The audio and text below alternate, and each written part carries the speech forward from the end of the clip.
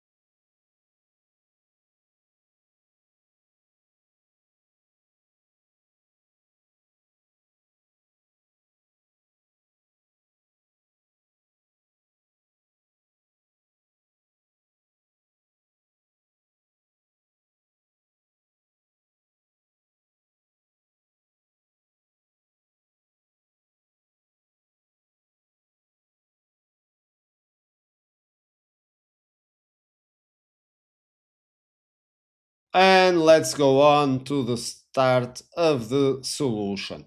And the starting position is a bit strange, so we have many scattered pawns around the board, but if you look close, well, it's going to be easy to understand. We have one pawn threatening to promote in one, but it's at the moment controlled by the black king. On the other sides, we have another e pawn also threatening to promote, but before we need to remove our light square bishop, so at the moment it's not possible. And we also have a threat of taking the d6 pawn and getting two connected pawns, passed pawns that if the then advances to the seventh, it will be an easy win against a solo rook. So we have our threats well defined.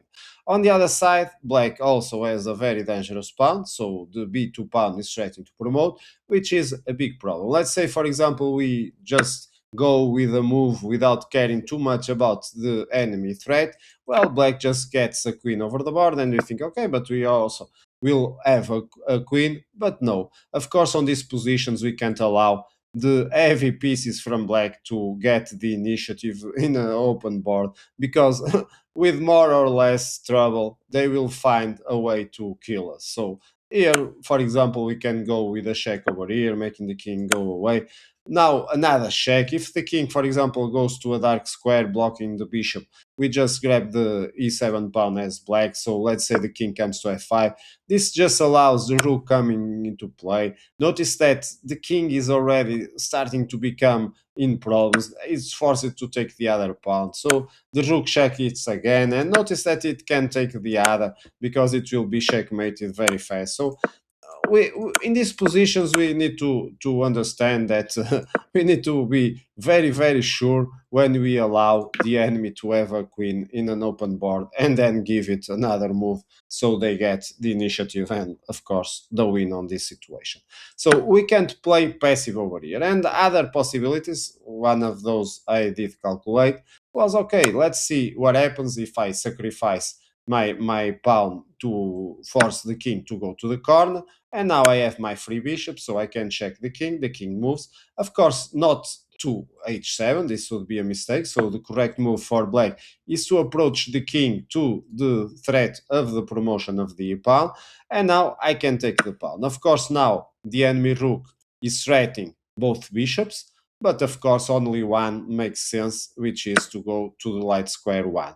And of course, here we go with the two past connect pawns, but it's not enough because the king is able to approach. And now, even if we attack the rook, well, black can just get whatever happens over the board over there. And so, as you can see, we just have a bishop, and it's not enough to win this one. So, as you can see, the starting position after a while, it just allows us to think very forcing moves. And the most forcing one and the brilliant continuation over here is to go with the bishop f6 double exclamation mark. And very easily we see, okay, if the king grabs the bishop, well, I just have a rook, a queen over the board, not a rook. A rook is on the other side. So I just have a queen over the board. It's check, the king moves. It will be just a matter of maneuvering a bit, and so I will be able to grab the other rook, control the pawn. So again, as I told you before, it's not that hard to find a way to win when we have a free queen over the board and with a move. So this is not going to happen for sure. Black will grab our h7 pawn, so one less threat for us. And now, of course, we need to go and grab the the threat of the b2 pawn. Of course, over here, black can't accept the offer because otherwise we can just go with the bishop outside. So we get this check to decoy the king, and so get another free move so we can promote to a queen. So this is pretty basic. Other option over here is for the king to grab our bishop, but then we get the two connected passed pawns. And of course, the enemy king is not on time to help, so we can advance, and for sure we are going to get a queen, either taking the rook or advancing the pawn and promoting to a queen. So this is game over for black. And what else for black? So options start to become very short over here. If the king goes to g8, well, now we can again go with the plan of having the two connected pawns. So what can black do if it takes the bishop? It just advances the pawn, so it's game over again for black. And so black needs to find a very creative way to get out of this situation. And the way, it's a very smart move, it is to go and sacrifice the g pawn. So now black is threatening to promote. Notice that, of course, we can take it with a king. We can also protect with a bishop. But let's say I give you another minute for you to find what is the precise continuation for white from this move.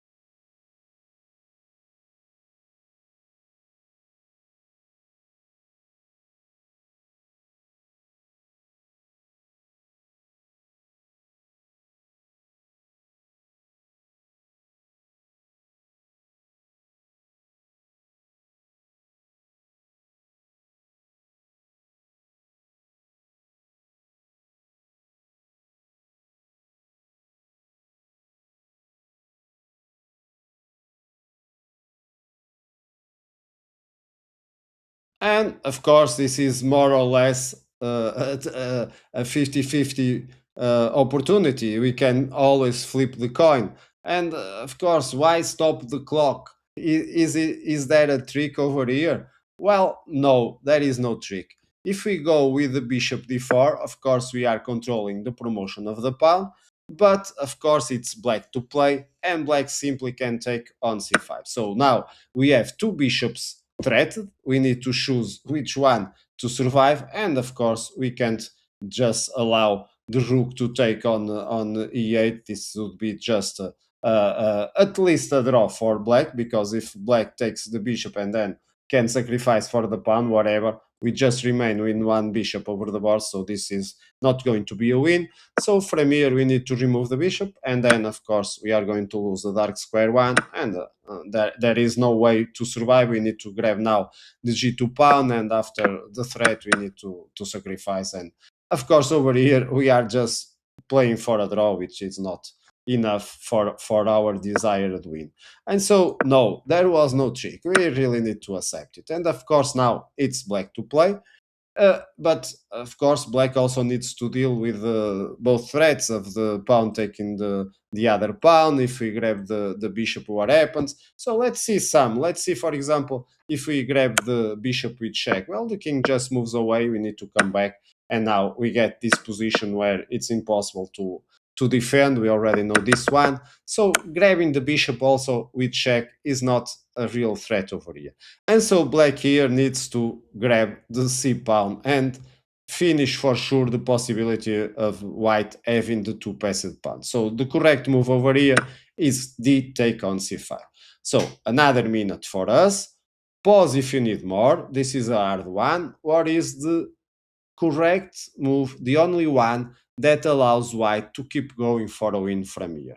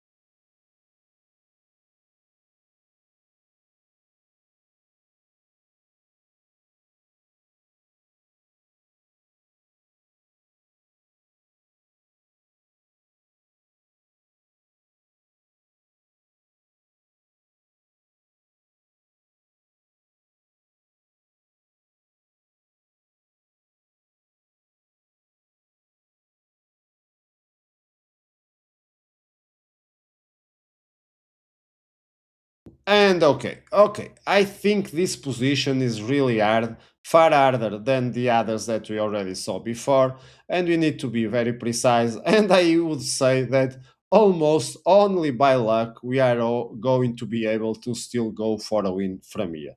Okay, what's going on with the position? Okay, we already saw that the rook is threatening both bishops, and of course we need to save the light square one. The other one is irrelevant for us. So if we would go, for example, with removing the bishop, this just allows.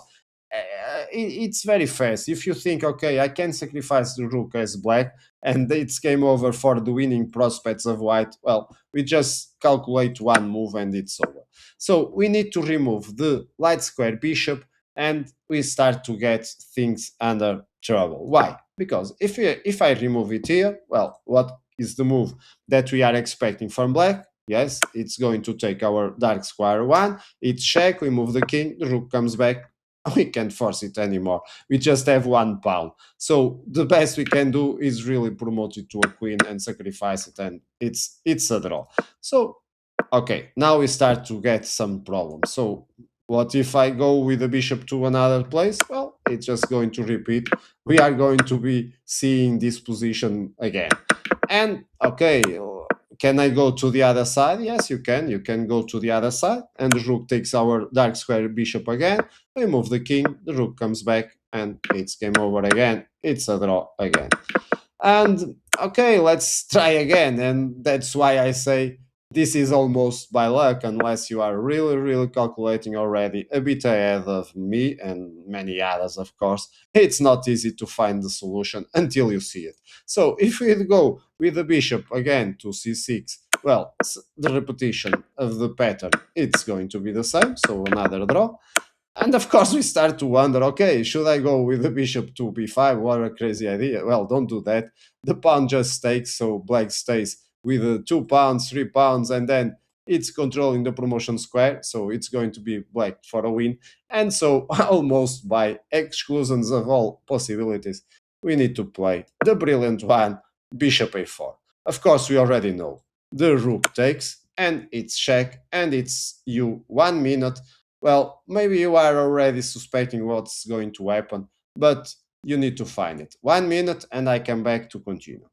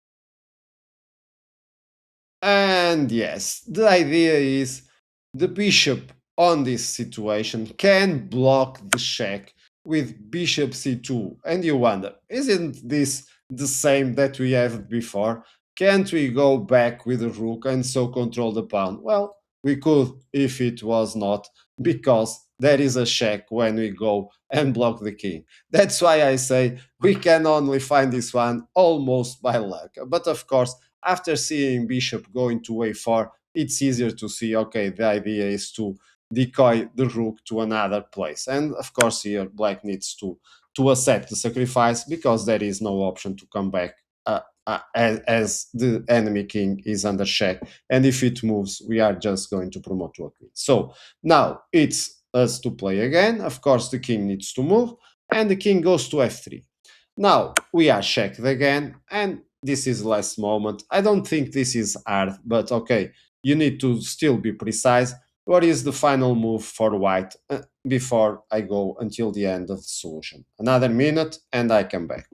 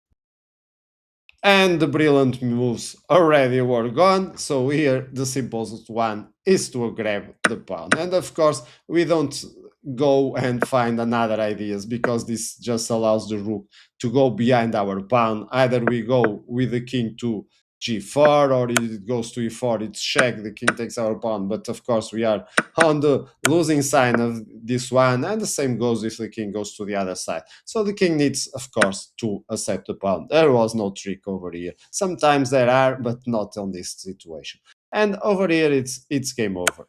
Black can check our king. The king just goes to a position, and it's impossible for black to avoid the queen over the board. Of course, if you have a queen over the board and on the other side is a rook, don't forget my theory about the queen versus rook endgame.